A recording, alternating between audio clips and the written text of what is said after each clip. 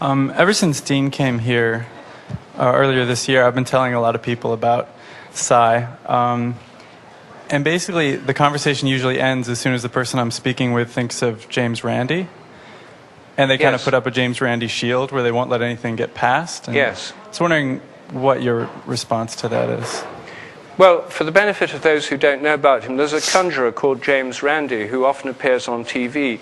And he's a very he's one of these ideologically motivated skeptics who believes psi is impossible.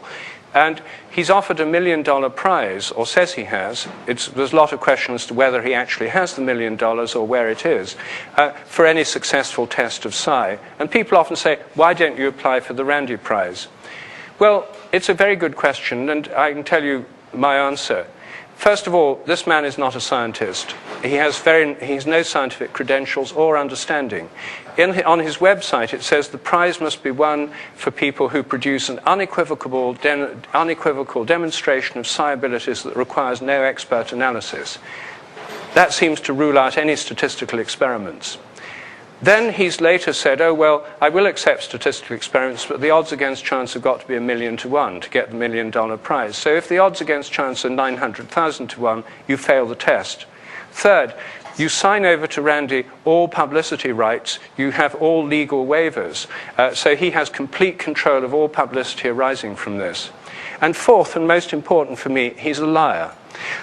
He's a deceiver by profession, and he's a deceiver by nature. And my reason for saying this, without being sued for libel, is that he wrote an article in a magazine about my dog research called Dog World. Probably very few of you read Dog World, but lots of people do. And in this, he said that we at the James Randi Educational Foundation have repeated Sheldrake's experiments. They fail. Then he said, we've also examined all his videotape from his experiments and shown the dog goes to the window all the time, and it's not as he says it is. An unequivocal statement. I emailed him asking him to give me the details of the experiments he'd done. What journal were they published in? Where's the data? Reasonable questions that a scientist would ask.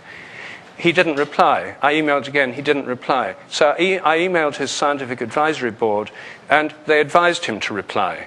So he then replied, and he said, well, actually, these experiments were done many years ago when I looked after a friend's dogs for a couple of weeks in New York, and I lost all the data. They were lost in a flood, so I've got no data, and they've never been written up. So what kind of evidence is that? If I produce evidence for psi and say, well, I did them years ago, I've lost all the data, but just believe me, he wouldn't go for that, I'm sure. And then the examination of the videotapes, he had to admit he'd never seen the videotapes. He'd simply made that up. Now, with a man with such a low degree of honesty, I don't think he should be an arbiter of scientific credibility or truth.